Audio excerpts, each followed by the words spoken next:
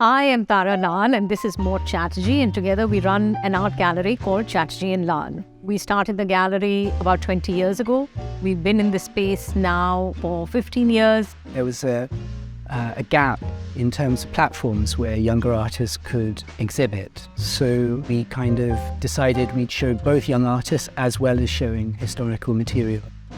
Well, I mean, for me growing up outside India, certainly coming here on a yearly basis was an extraordinary event. It overtook all my senses.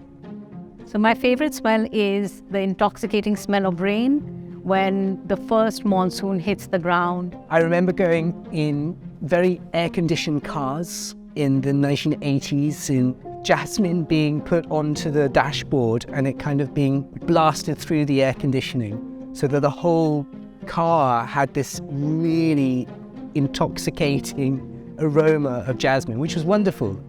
Smelling jasmine as part of religious observances then took on a different meaning. So for me, I think jasmine in particular is kind of very evocative.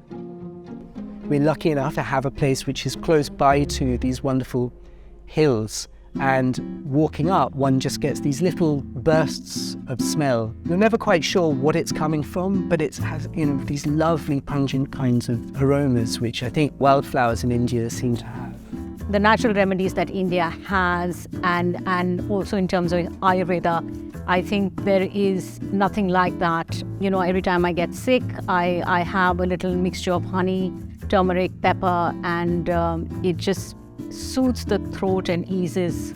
Because India just seems to have so much plenitude in terms of its natural resources. And I guess, in a sense, beauty regimes kind of take from a little bit of that enormous plenitude that this country has.